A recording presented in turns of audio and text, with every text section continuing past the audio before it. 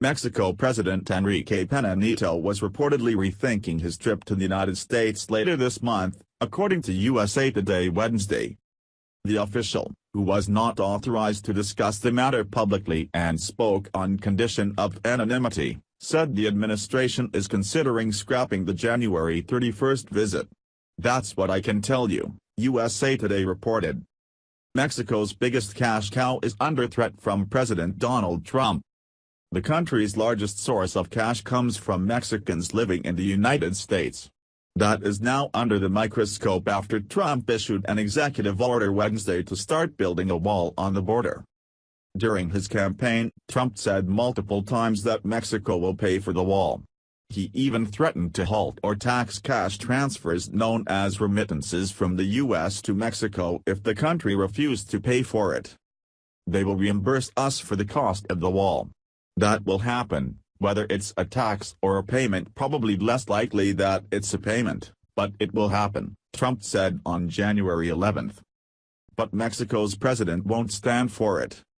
"We must assure the free flow of remittances," President Enrique Peña Nieto said Monday. "Remittances are an invaluable contribution to national development and indispensable for millions of Mexican families." Remittances were likely a top issue on the table when Mexico's top ministers met with Trump's advisers in Washington Wednesday. Trump and Peña Nieto are scheduled to meet on January 31.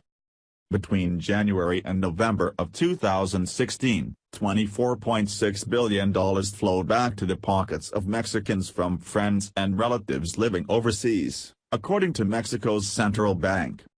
Here's how much Trump's border wall will cost. That's even higher than what Mexico earns from its oil exports, $23.2 billion in 2015. And almost all of that cash comes from the U.S. The average remittance from Mexico is about $300. Essentially, Mexico's most lucrative natural resource are the people who leave home. Remittances help drive Mexico's economy, from paying for new home construction to schools, especially in low-income areas.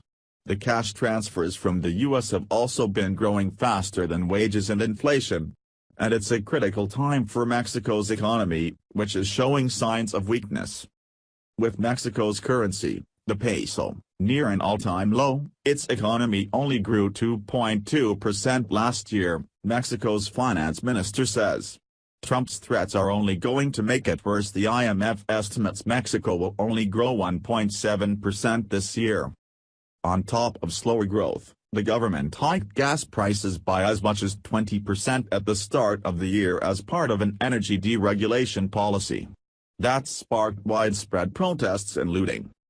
All to say dollars mean a lot to many Mexicans and they're becoming more and more valuable. Taxing or halting that flow of cash could negatively impact millions of Mexicans. But experts caution that even if Trump halts or taxes remittances, Mexicans will still find ways to get cash over the border without paying a tax. Alberto Ramos, head of Latin America research at Goldman Sachs, says that when wire services charged high fees a decade ago, Mexicans still got their money across the border either in person, through the mail or via traveling relatives. If you tax that money, it won't necessarily stay in the U.S. It can still go to Mexico through informal channels, says Ramos.